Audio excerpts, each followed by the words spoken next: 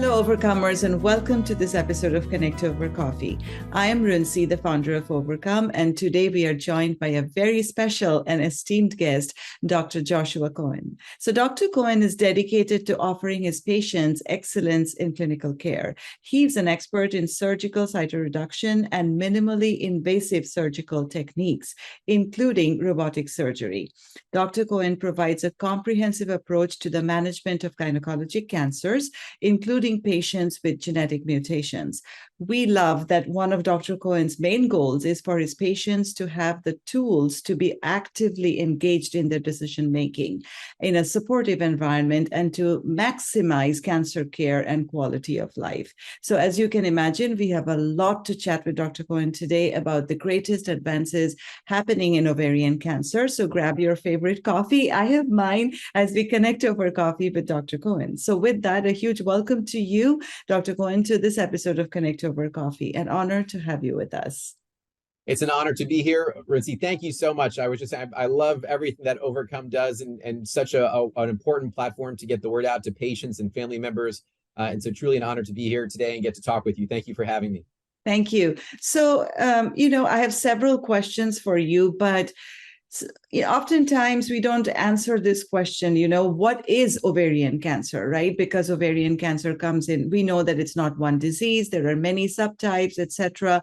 So when a patient is diagnosed and we are told that you have ovarian cancer, what does it mean for the overcomer who's receiving this information? Tell us a little more about that before we get into anything else. Thank you for asking such an important question, because I think we often jump into treatments, but we don't take a step back and talk about what exactly is it that we're dealing with. And the truth is we've really evolved with what ovarian cancer is, even over the last decade. As you hinted at, we used to call many things ovarian cancer. What we now know are there different subtypes, molecular signatures, different changes in DNA.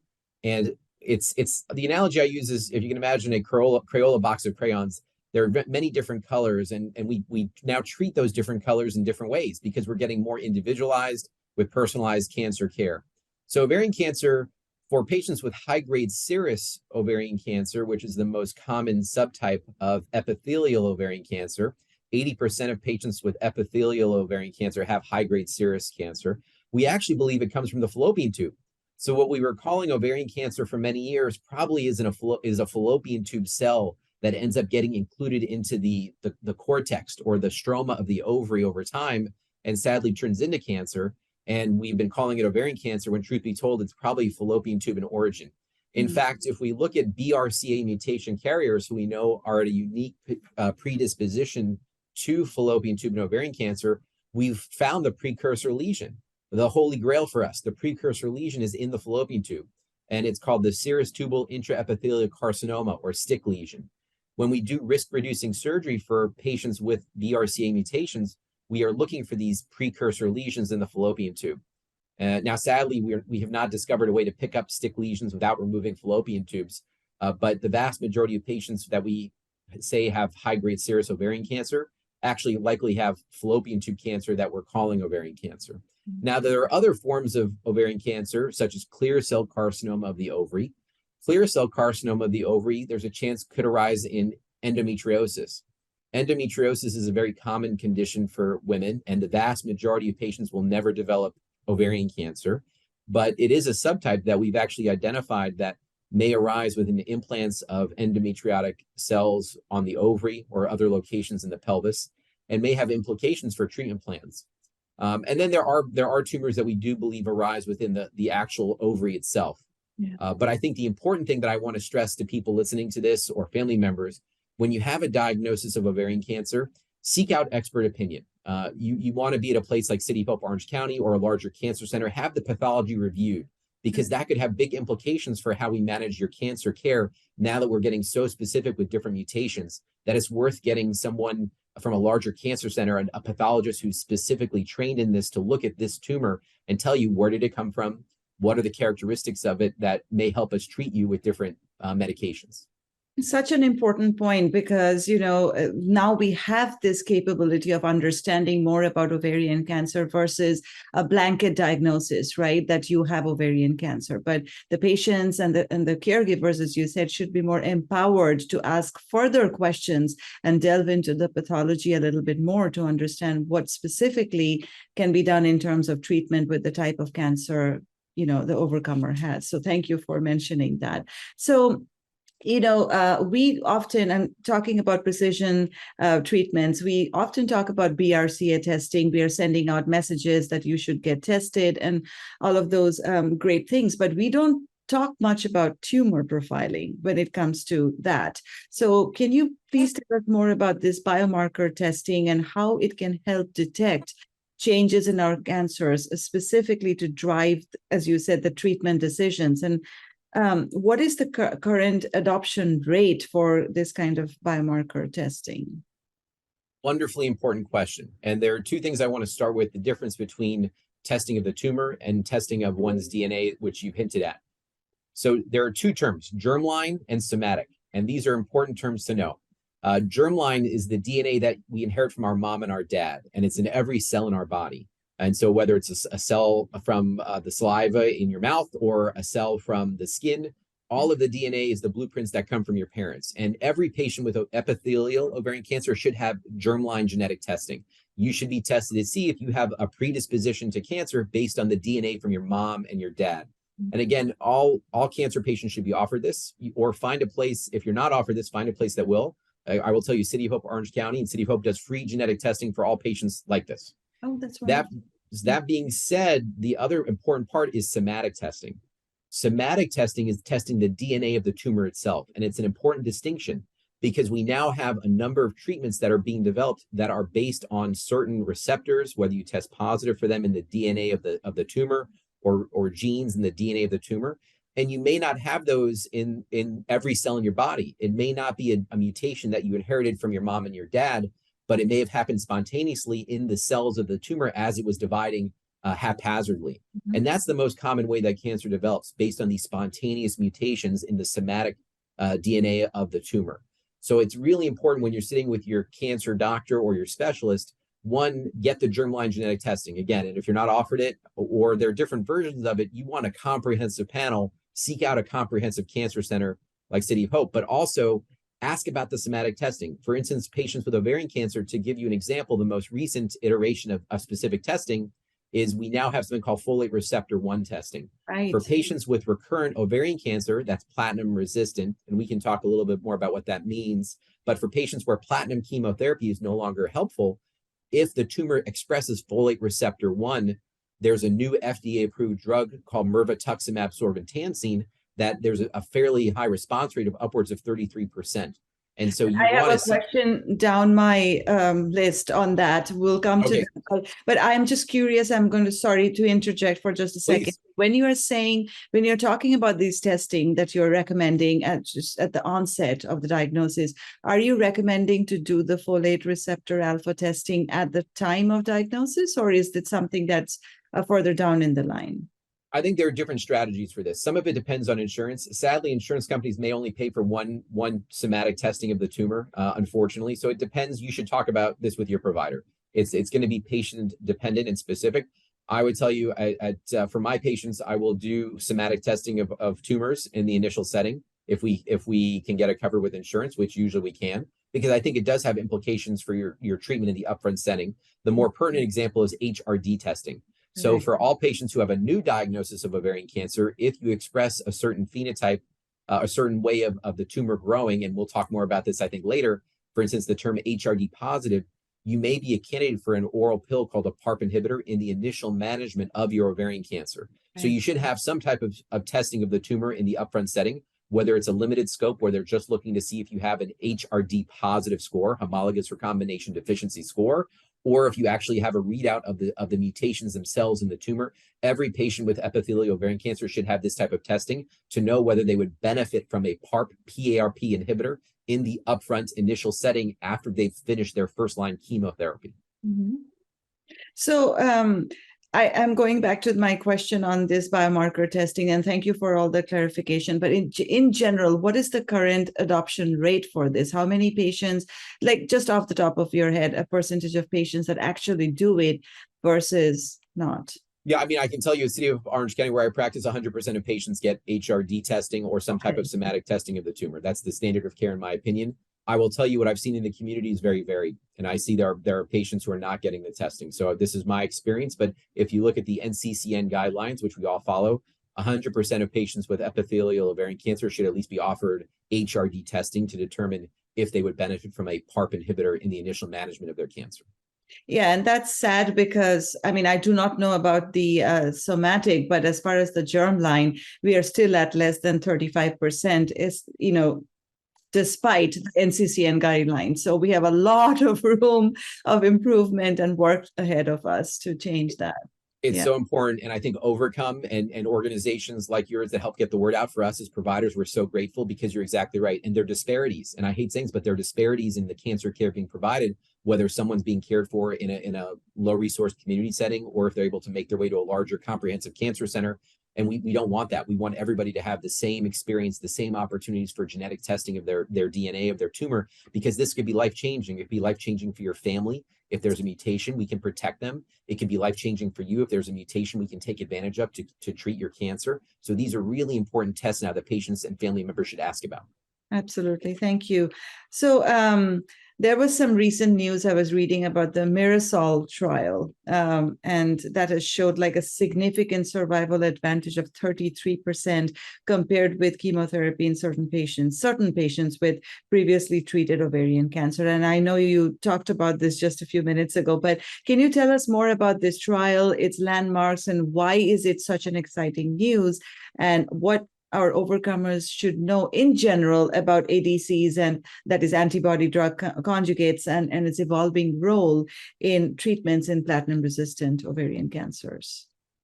Yes, very important, and really a wonderful study. And the data that's come out, Dr. Ursula Matulonis and team should be congratulated for doing some of the initial larger phase 2 work in this, looking at mirvetuximab soravtansine. An antibody drug conjugate has been described in many ways. One way to think about it is a Trojan horse.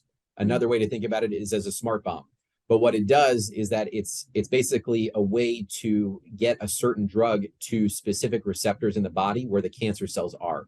So if the cancer cells express a certain receptor, this drug targets it. It goes straight to those cancer cells and then releases a very condensed high amount of treatment of chemotherapy or another targeted drug at that specific site. So it's meant to be toxic to the cancer cells, but still try to minimize toxicity to other cells. One of the challenges with chemotherapy is that it works well because it travels in the blood throughout the entire body. The challenge is that it also has a fairly big impact on healthy cells as well. And as we develop antibody drug conjugates, these smart bombs or Trojan horses, it gives us a way to be a more focal way to attack cancer cells without necessarily causing as much off-target harm to healthy cells that don't express those receptors. That being said, there's still side effects and toxicities that we need to counsel patients about. The trial that you just mentioned, Mirasol, the data is really very impressive. Folate receptor 1 is a receptor that's expressed on the majority of ovarian and fallopian tube cells with cancer. And that's an important thing. So sorry about that. That's an important thing because what it does do is it allows us to target those cells at a higher click. And so Mirasol looked at this drug, mirvetuximab soravtansine, that is based on the folate receptor 1. And so patients should talk to their providers about whether they've been tested for folate receptor 1. You have to have a certain level. So in the study, you have to express the folate receptor at a high level in the tumor, meaning that it has to be above 80% of the cells have to stain positive for the receptor. But if you do, there's a good chance that you'll respond to, or a better chance that you'll respond to this drug.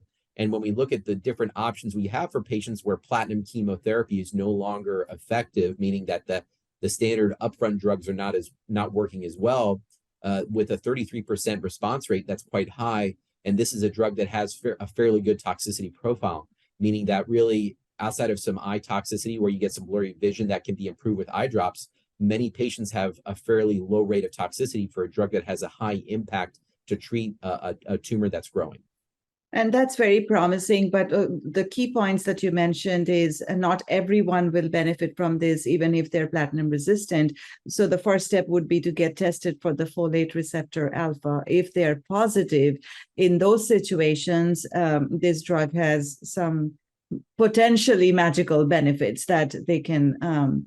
But also, I was talking to Dr. Matalonis, who's obviously she's the PI of the study, and she was also saying that that probably 30 to 35% of patients may benefit from overall, may benefit from this. So which, to me, that still leaves the majority of the platinum resistant patients still asking for answers for, more therapies. So in terms of the antibody drug conjugates, do you see, I'm pretty sure there's more, combinations evolving and emerging in the future, but how do you see the ADCs kind of, improving in its own ways to include more of the platinum resistant population? Very important question. And I want to take a step back and mention that the Mirasol study was based on folate receptor high expression. We do have data that even if you test positive for folate receptor 1, but it's not upwards of 80%, you may still benefit from the use of that drug in combination with a drug called bevacizumab. And that data is from the Forward 1 study. And so, and that was just published with, I think, a couple months ago. And really important data that's now in the NCCN guidelines that mirvetuximab, sorbentancine, and bevacizumab is an option for patients, even if they don't express a high rate of 80%. If it's anywhere between 25% or more, you would still be a candidate and have a reasonable response rate for this drug with a combination of bevacizumab. And what percentage of patients would that be? Upwards of about 20% or more, which is, again, going to be consistent with when you look at platinum-resistant cancer and what we have to treat those patients with standard chemotherapy. It's going to be in line with those other chemotherapy options. So when we think about what options we have, as you just mentioned, for patients who have platinum-resistant ovarian cancer, we do have options which include standard chemotherapy. Now, in addition to that, we have mirvetuximab sorbentancine. So this is still an option for patients. They do have to express it. That study with the inclusion criteria, you had to have at least a 25% positivity rate on the immunohistochemical staining, meaning when they look at the cells under the microscope, at least 25% of the cells had to have the receptor expression. But to answer your bigger question, where are we going? The analogy that I use with patients is HIV. We live here in Southern California. As I said, I work with City of Hope here in Orange County, but everybody knows Magic Johnson in Southern California, an LA Laker, very beloved. When he was diagnosed with HIV in the early 90s, we had nothing to offer, and everybody thought that this gentleman was going to pass away. He's living a long, happy, healthy life because we made HIV chronic with antiretroviral medications. Now, we're not quite there yet with ovarian cancer and fallopian tube cancer, but we're getting there. We're getting to the point where we may not be able to cure cancer if it's come back, but we talk about durable remissions. We talk about keeping the cancer volume at a low disease burden and living your life, and we adjust with those medications. And that's where I hope we're going with ADCs, that it's another tool in our armamentarium to treat patients with recurrent ovarian cancer, to give them another option outside of standard chemotherapy or PARP inhibitors. We have other molecular targets that we are working on. The place that I think we're going with this is going to be also in the upfront setting too. We actually are looking at the use of ADCs as maintenance strategies for patients with an initial diagnosis. I know we'll talk about this a little bit later. We're opening up a larger study here at City of Hope, Orange County, that's part of a national or international trial called Gloriosa, looking at mirvetuximab sorbentancine in the platinum recurrent setting in an earlier paradigm outside of platinum resistance. But when patients are still responding to platinum drugs, adding mirvetuximab as a maintenance drug. And that's going to be an ongoing study that will be available at many centers, including City of Hope. But I do think this is an important step. ADCs are going to be another important tool. We have many other important tools, including immunotherapy, including hormonal therapy. So it's an exciting time for patients with gynecologic cancer. I really think that we're at the threshold where we're going to have many new options that we did not have even 10 years ago. Absolutely. Not even 5 years ago. It seems like it's just, it's amazing to see the progress, and thanks to all the great work that you all do as physicians and researchers to take us. Maybe for many of us, it's slow, but it's definitely moving in the right direction. So thank you. So yes, we want to talk a little more about the HR proficiencies that you just mentioned in one of your earlier answers. So what are they or those, and how can you tell us, more about the types of HR proficiencies out there and what kinds of treatments are available based on the what is like HRD positive versus negative. What do you do with that information? Why do you get tested? And what should our overcomers know? And, in terms of advocating for themselves. An extremely important question, and this dovetails very well to what we talked about earlier about germline and somatic testing. Right. But HRD, it's a pathway. When our cells are dividing all the time in our body, every moment of our lifetime, cells are dividing and replicating, and it's an amazing blueprint that DNA gets reproduced accurately. What needs to happen is a very, very mechanistic way to keep abnormal blueprints from causing haywire, which is cancer. And homologous recombination is a pathway that our body uses as checks and balances to prevent those abnormalities in the blueprint. For patients who have homologous recombination deficiency, it means there's an error in that pathway that resulted in some of the mutations that can contribute to cancer. An example is BRCA1 and 2. When there are mutations in BRCA1 and 2, there can be strategies where cancer cells grow because of that deficiency. PARP inhibitors, which are oral pills, take advantage of that. When we're testing patients to see will they benefit from an oral drug called a PARP inhibitor, we're trying to see, do they have that deficiency in repair of homologous recombination? Do we have that loss of that mechanistic repair where the blueprint is going awry? If it's going awry, we can give them a drug that basically stops the cancer cells in their tracks. They have a way to go around this error, but if we can give them this oral drug, it's called synthetic lethality, where we basically can kill those cancer cells at a higher rate. When we talk about patients with ovarian cancer or fallopian tube cancer, everybody should be tested for BRCA1 or 2. These are genetic mutations.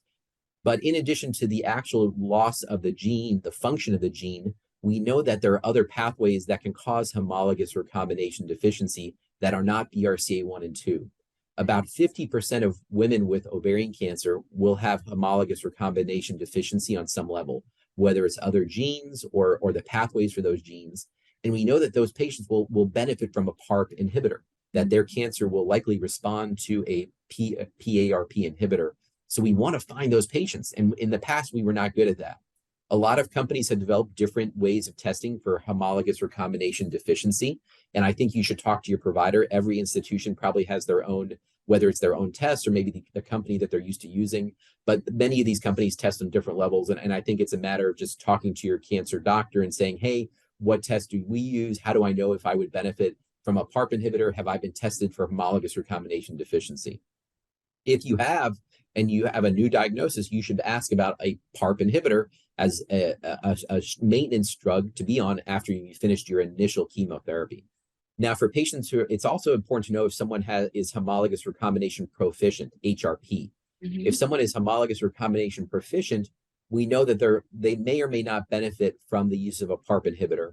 There are drugs that do have FDA indications. So an example is the drug niraparib. Niraparib is FDA approved for all patients with epithelial ovarian cancer, and there likely is benefit for patients who are homologous recombination proficient. The benefit is less than if they're homologous recombination deficient, but it's important to know whether you are HRD or HRP, so to speak, because it has implications, again, for what drugs you may or may not benefit from. As a physician, as a surgeon, as a cancer doctor, the last thing that I want to do is give you a drug that has side effects where you're not going to benefit. The first rule we have is do no harm. And one of the ways we can accomplish that goal is knowing whether someone has a molecular signature that they'll benefit from a drug or not. And the testing that you just mentioned is an important step to figure that out for patients with a new diagnosis of ovarian cancer. That's wonderful. Thank you, Dr. Cohen, for walking us through this, because, oftentimes with this diagnosis, it can be so overwhelming that, for not just the patient, but the caregivers and the family members, we often get derailed on, or just don't know what questions to ask or learn or know more about. So sounds like all these things should be a part of our conversation with our physicians and our healthcare teams on the tests that need to be done for us to move forward with the kinds of treatments. So thank you for your clarification. So you briefly mentioned about the trials that are ongoing at the City of Hope. So tell us more about what you may be involved in or running, or in terms of trials, and what should our overcomers know? And if there are any interesting trials that are open right now, how can they sign up for it? Thank you. And I want to say, I think it's so important to get the word out. And I want to thank you again for having me on today. What I would say for patients initially is advocate for yourself. It's okay to ask questions of your provider. It's okay to get a second opinion. When we think about life in general, when you're looking at a mortgage on a house or looking for a new car, you rarely take the first opinion and say, I'm going with that. And it's okay. As a cancer doctor, I understand that you may want more opinions. Knowledge is power. I feel confident in my decision, in my thought process with patients, but I always am okay with people seeking out other options. And that comes with clinical trials. We know that patients, there was just some data, I think, published or presented at the Society of Gynecologic Oncology annual meeting, that patients who are enrolled in clinical trials actually live longer if they have platinum-resistant ovarian cancer. And that's because you're having the option of being exposed to the latest and greatest drugs. Now, clearly, clinical trials exist for a reason, because we're trying to determine if a drug has true benefit or not. It's gotten to a certain point in the trial pathway because it's showing some benefit, but we really have to quantify that benefit for patients. And it may or may not be the right time for you to be on a trial, but if you have recurrent cancer, or you're dealing with a tough diagnosis, I would talk to your provider about trials, or again, seek out a comprehensive cancer center like City of Hope, where clinical trials are available to discuss what may be there. We have many trials that we've opened. My focus is gynecologic cancer, so ovarian cancer, endometrial cancer, cervical cancer. I think one of the unique things about City of Hope, there are a couple of unique things in addition to many clinical trials. One would be Dr. Lorna Rodriguez, who's one of my colleagues in our division, is looking at the use of CAR T-cell therapy. CAR T-cell therapy is really using the immune system and retraining it, and it's something that City of Hope has many years of experience with, has been a pioneer in, and the benefit of CAR T-cell therapy in ovarian cancer. She's evaluating that. Now, CAR T-cell is still experimental for ovarian cancer, but there are trials available, and they're open here at City of Hope, and there are other trials opening up nationally and internationally. So that's a new treatment modality for ovarian cancer. It's in the very early phases or early stages, but something for patients where, if it makes sense and it's the right time to talk about it and ask about it. And again, City of Hope is one of those cancer centers with a significant amount of expertise in CAR T-cell therapy. Another example is one of my colleagues, Dr. Don Dellinger here at City of Hope, is looking at PIPEC. PIPEC is pressurized delivery of chemotherapy directly into the abdominal cavity, where it's an aerosolized spray that is delivered surgically into the abdominal cavity for patients with peritoneal disease. There are just a handful of centers here in the U.S. that do this. City of Hope is one of them, and it's a clinical trial. But for patients who may benefit with disease that's within the peritoneum, as far as ovarian cancer, that may be a unique option or clinical trial for you. Again, it's not for everybody, but she's worked really hard on this, and we've got a lot of important data coming out both here and in Europe about PIPEC. Heated intraperitoneal chemotherapy is here. It's here to stay. It's here in the U.S. and internationally, and we do heated chemotherapy very well here at City of Hope. We do it commonly, and that's not necessarily a clinical trial, but another thing to talk to your provider about. Now, it doesn't make sense for every patient, but something that you should at least discuss with your cancer doctor, whether you'd benefit from heated chemotherapy in your management strategy, and at least in the upfront setting or initial management. And then we have some really exciting trials. As I mentioned, we're going to be opening up Gloriosa, which is the larger international study looking at the use of mirvetuximab, sorbentancine, in the maintenance setting for platinum-sensitive patients. So that's coming down the pipeline, and we're excited about that. We're also opening up another large cooperative group study looking at the use of a glucocorticoid receptor inhibitor and Abraxane in combination. The drug is relacorilant, and so that's going to be opening up shortly here at City of Hope, Orange County, and City of Hope, and as well as internationally. So we are opening up a lot of the larger cooperative group trials, because these, in addition to having many phase 1 trials, phase 1 is the earliest form of a trial when the cancer drug is just getting off the ground, and City of Hope actually makes many drugs, and so we have a lot of phase 1s.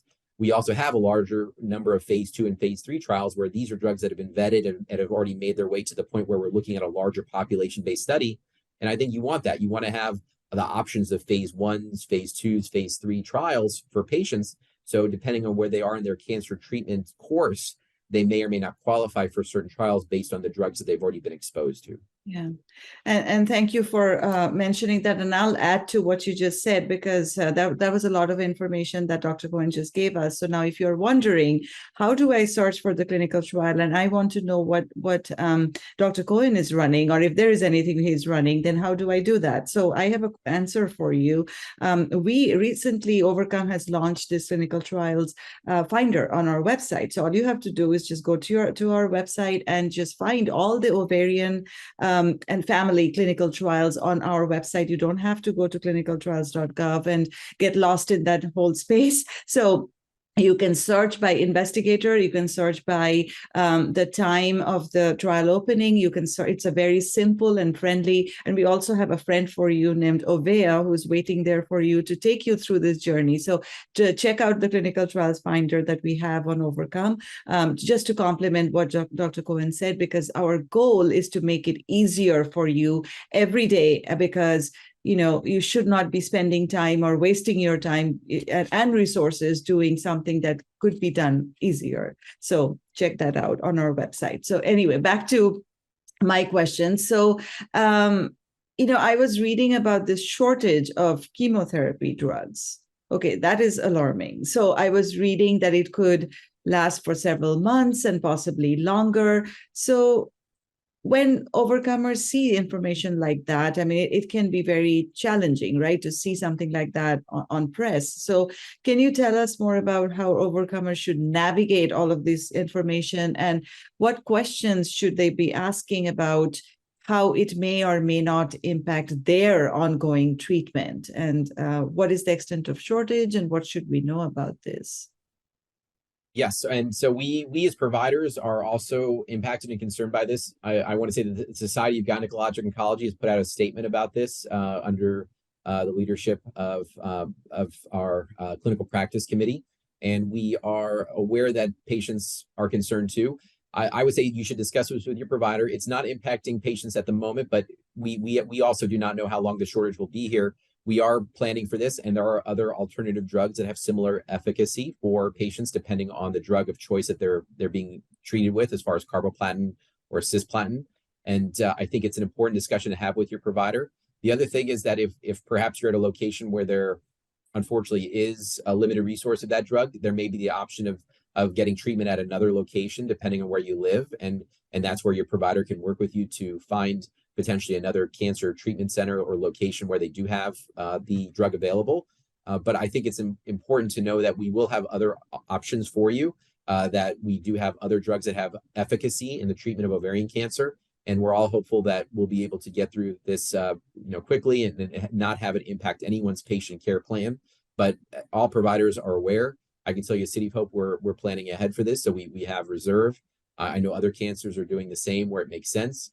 But certainly something that we're acutely monitoring. And I think you should have a very open dialogue with your provider if you have concerns or this has come up for you with family or friends. And it's okay, again, to ask them if they do not have the drug available, can they help you find a location that does have that drug? Thank you so much. So you talked briefly about immunotherapy. And so, it keeps becoming like a moving target, right, as far as ovarian cancer is concerned. So do you think, in your opinion, that immunotherapy will eventually shift the treatment landscape in ovarian cancer, despite the slow start that we have seen for ovarian? And so tell us about any promising treatments in the horizon when it comes to immunotherapy for ovarian cancer. Yeah, again, an important question. And we've seen immunotherapy really change the paradigm for endometrial cancer, and that there were some articles recently published about the use of immunotherapy in the initial management of endometrial cancer, which is Dr. Mirza and Dr. Eskander's studies, really practice-changing studies in the New England Journal of Medicine.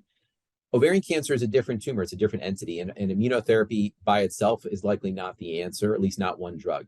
And I hearken back to my analogy with Magic Johnson and HIV. HIV was not cured or not managed with one antiretroviral drug. It's a cocktail of drugs. And I think where we ultimately will go with immunotherapy in ovarian cancer is not one drug, but either a sequential or combination of drugs, whether it's with two different immunotherapies or an immunotherapy in combination with something like an oral pill, like a PARP inhibitor. So I think it will play a role in the management of ovarian cancer. The immune system is an extremely effective way to treat cancer if harnessed appropriately. We just have not yet unlocked it in ovarian cancer the way that we want to. So I think the future is bright. It will be there. It will play a role. It won't be the only thing that we're going to use. We're going to need to incorporate other things. I mentioned CAR T cell therapy. Again, CAR T cell is part of immunotherapy. We're hopeful we'll get there. If you look, it took many years to get to the point of using immunotherapy in cancer treatment. And from the time it's been used over the last maybe 5 to 10 years, we've made leaps and bounds in many different tumor sites. So every month, every meeting, we're seeing new uses of immunotherapy, new drugs come out for the use of immunotherapy in ovarian cancer. So I think the future is bright. We're not quite there yet where it's ready for prime time, where it's going to be the one answer. But there are some regimens. An example is a combination of cyclophosphamide, bevacizumab, and pembrolizumab, which was a phase 2 study. Dr. Zirdos, one of my wonderful colleagues out of Roswell Park, published this a couple of years ago, where that regimen has about a 30% response rate for patients with recurrent ovarian cancer and can be very effective. We still have challenges, unfortunately, with insurance coverage for certain patients. And so this is something where it's important for you and your provider to advocate if they feel this regimen is important. The NCCN guidelines, also, there are patient access opportunities with different pharmaceutical companies.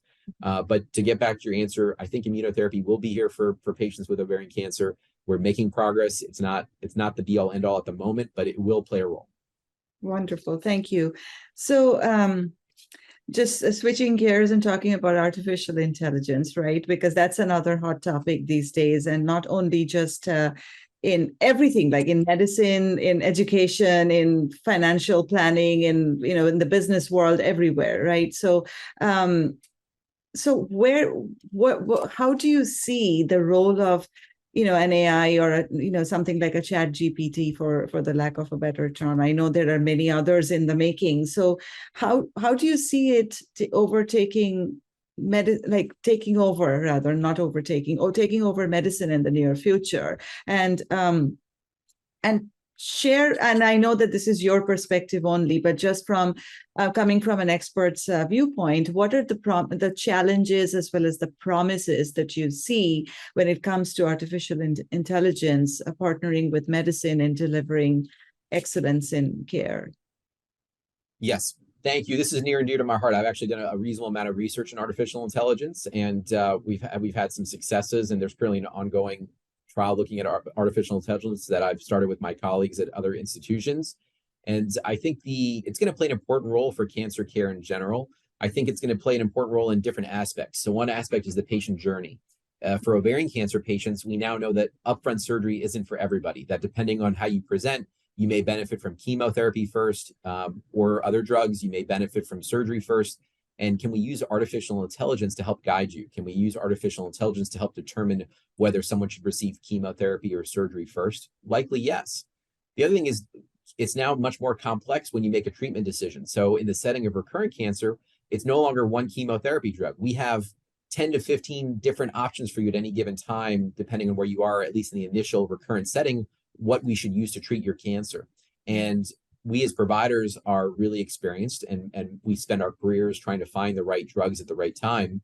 But can we incorporate artificial intelligence to get more accurate, to be more evidence-based, to be more thoughtful about potentially new drugs that are coming out? And the answer is yes. So we've developed ovarian cancer pathways that we're actually researching with artificial intelligence. And can we guide patients on their journey from their initial diagnosis and the management strategies, also managing the toxicities?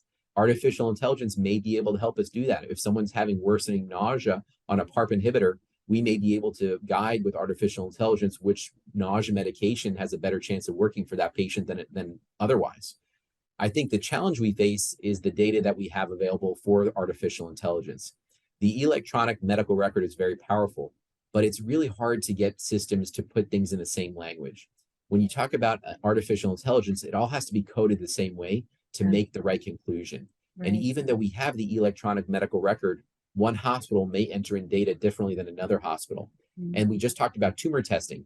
Depending on the company that your tumor is tested at, that data may get entered in differently or not at all into the electronic medical record. So when you're asking artificial intelligence to generate a recommendation for a patient based on mutations and tumor profile, it's almost impossible to do that accurately if the data is not entered the exact same way. Right. So I think that one of the challenges we face is uniformity with all the different companies and all the different HRD testing and somatic testing. how can we get that data in a common language that if we have an artificial intelligence program, we can start generating recommendations that are consistent, and then knowing where to focus that artificial intelligence as far as the patient care pathway. Does it live in the electronic medical record? Does it live on your phone? There are a lot of issues with HIPAA, privacy, and we know that that's real. And so artificial intelligence is very powerful, and are people willing to accept that with artificial intelligence, some of their data will be managed perhaps on a cloud somewhere to generate recommendations?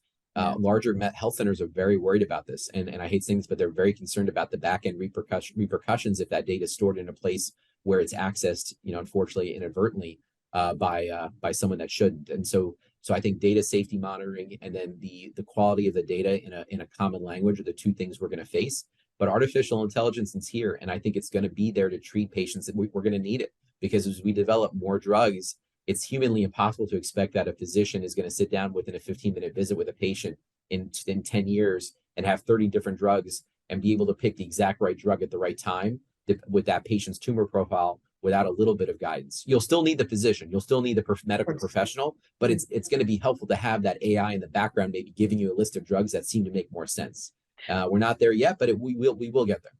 And thank you for breaking it down for us. And one of the things that I've always wondered, and I've asked this question before on, one of our previous episodes, is there are certain patients, right, that let's say get diagnosed with stage 3C ovarian cancer, pretty advanced, but they have no recurrences 10 years later or 12 years later or 15 years later. There's no recurrence. But then there are patients who get diagnosed with earlier stage disease, like 1 or 1A or 1B, 1C, but they recur after a few years. So what is happening here? I mean, so my question has been that, are we following those patients that have not recurred despite being diagnosed at a very advanced stage? And maybe perhaps something like an AI, to your point, can, based on the data, and yes, there will be a little bit of data sharing, but then there could be a predictive pattern that AI could pick up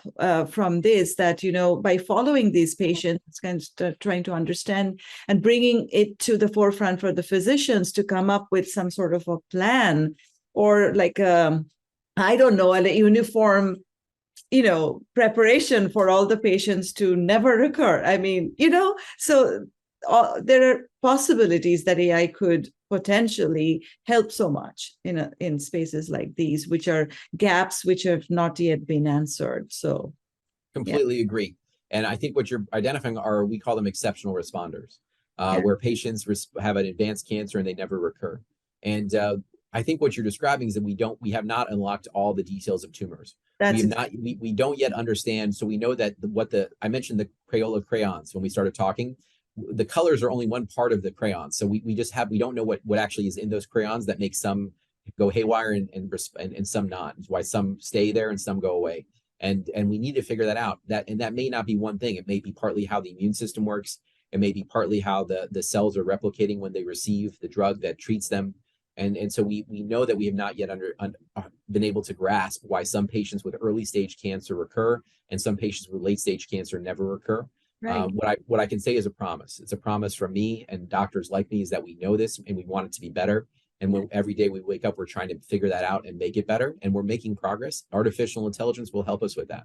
Exactly. And I think when you talk about, again, the advances that we've made in the last 5 to 10 years, just looking, it's quite impressive. And if you take that and think about the future, it's an exciting time. But we want those answers. And I think you point out a very astute observation.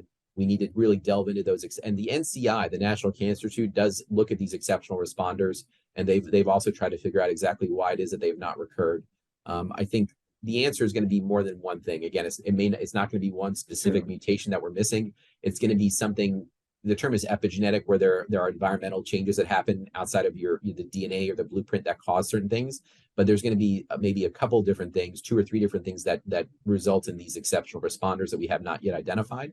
And once we do, we're going to make a bigger dent in helping more patients get to that point. Exactly my point. We can take that information and then project it out to the rest of the population and somehow, I don't know, maybe prevent cancer or cure ovarian cancer. That's where we are all working towards, right? So, so now, we talk about this is another curious question I have, that, we typically talk about breast cancer morphing into ovarian cancer developing into a secondary breast cancer. Those things are common. It happens with especially the BRCA mutation carriers. So now, as far as other kinds of cancers arising from ovarian cancers, or other kinds of cancers resulting in ovarian cancers other than breast, what is the data that's out there in terms of, can endometrial or cervical or colon or whatever, like, can develop into a secondary ovarian? And I also know that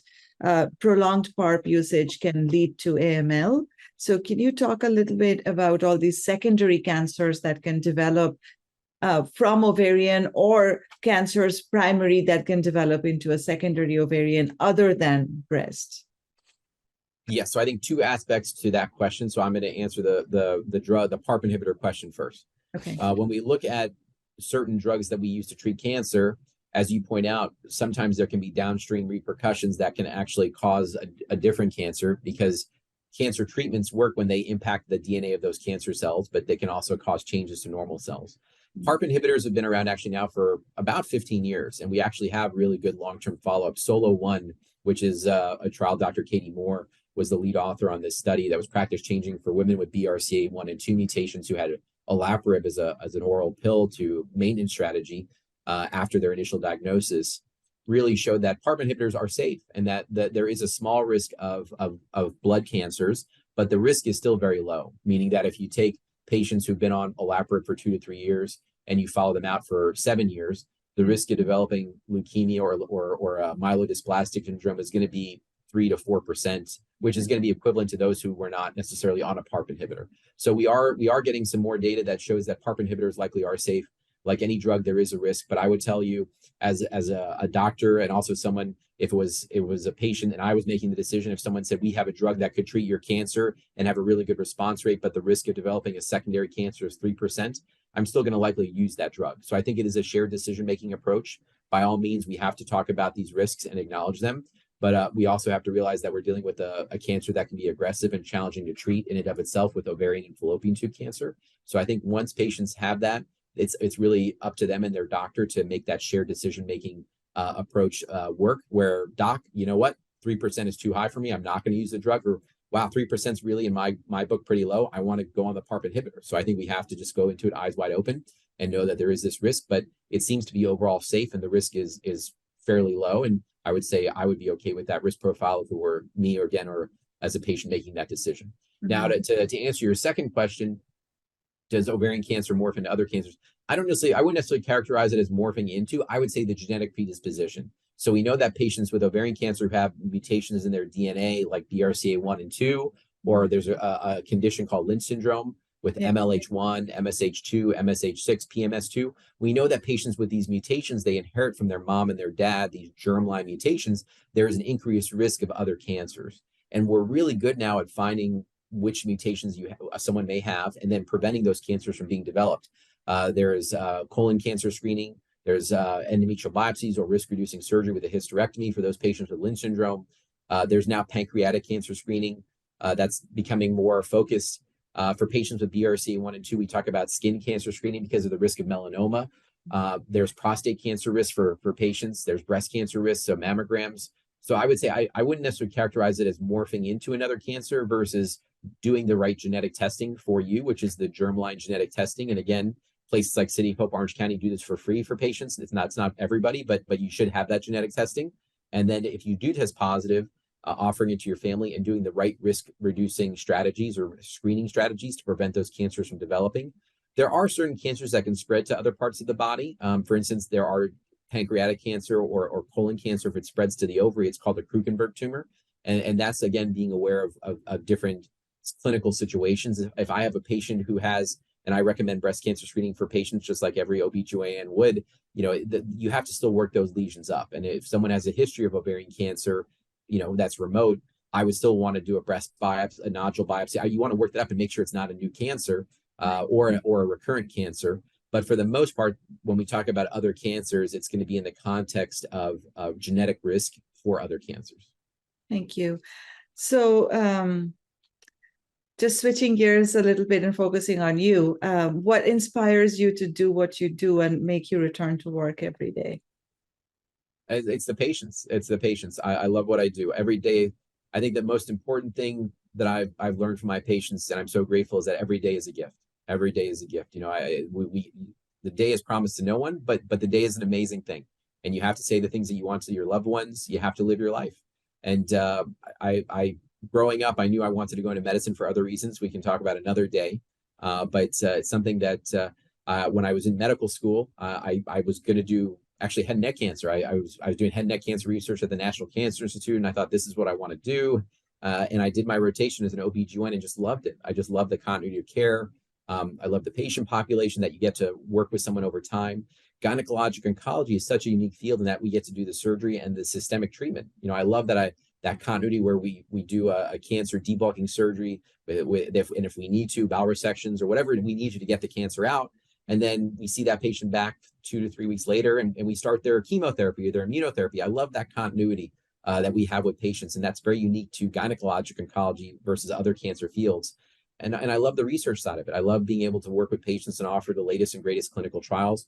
One of the things that brought me to City of Hope Orange County to be their medical director, which is a new position for me, was the chance to build something really wonderful here and help. I grew up in this area in Southern California to help really bring that level of clinical trial expertise to the patient population that maybe was otherwise driving 2 hours into Los Angeles or another location. So really, but it comes down to the patients. I mean, I think we, you know, as a physician, the most important thing we can do is work with our patients to help them accomplish their goals. And now we know cancer is tough. Not everybody's going to be cured, but it's a journey. And if we can play a role in that journey and help someone work through that journey in a way that's meaningful for them, that's what we want. That's what I want. And so I come to work every day to try to accomplish that. But I love working with patients. And again, every day is a gift for us all. What I tell patients too is you can't live blood test to blood test. You can't live CT scan to CT scan. You know, it's human nature that we do that on some level, but life goes on. The minutes count, the days count, and you still have to enjoy those small moments with your family. You know, the going out and doing something that you enjoy. And that's why you have to balance the toxicities of the treatments with the cancer itself. And I get back to that analogy with HIV, where in cancer, where it's chronic, we can do that. We can find drugs that hopefully have less side effects, and you can still achieve the goals that you want to in the context of your healthcare. Such a beautiful answer. Thank you, Dr. Cohen. So I asked this question to all our episode guests. So what have I missed asking you that you would like to answer? I think it's really, you know, maybe my parting words to patients, and I would say, and family, advocate for yourself. I hinted at this earlier. We want to work with you as healthcare professionals, but you need to advocate. Healthcare is in a way right now where it's okay to ask questions. It's okay to seek out more opinions. It's okay to get more information. That's okay. We want that. We want you to do that. And you should be in a healthcare system or work with providers who are okay with that. And I love when patients ask questions. I may not have time at that exact moment to answer all the questions, and we find time to do it, but I love when patients ask questions because I want them to be engaged in their care. No matter what the outcome, I really do believe patients feel better about their care if they're actively involved in those decisions. And so I would say advocate for yourself, advocate for your family, seek out those clinical trials with Overcome in their database. And it's okay to push your providers a little bit more to help you understand what's happening with your body and to know what treatments are available. And your passion for our overcomers shows in all your responses that you just shared with us. So thank you. So just in closing, I know you have talked about advocating, but just in general, what message of overcoming would you like to share with our audience? That we're here for you, that we want you to come to your visits with questions, that we know these are stressful times. No one lives in a vacuum. No one lives in a vacuum. And we as providers can do a lot, but we need help. We need help from support organizations like Overcome. We need help from our social workers. We need help from our nutritionists. So just know it's a team effort. It's never one provider. It's never one nurse. It's never one family member. This is a journey. And depending on your support system, know that we're here for you and we want to build that support system for you. Such a beautiful answer. Thank you, Dr. Cohen. I feel like we could have spent another couple of hours just listening to what it was so many insights that you shared with us. Thank you so very much. And we will probably bring you back for another episode, because with all these advances happening, we need to be in the forefront. And it seems like you are at the forefront with all the research and advances happening at the wonderful City of Hope. So thank you for being our guest today. And Overcomers, hope this was beneficial for you. I know, as I always say, we learn so much from these episode guests and experts that come to us to share freely their invaluable knowledge. So we'll be back with the next episode of Connect Ovar Coffee very soon. Until then, you keep overcoming. Thank you and bye.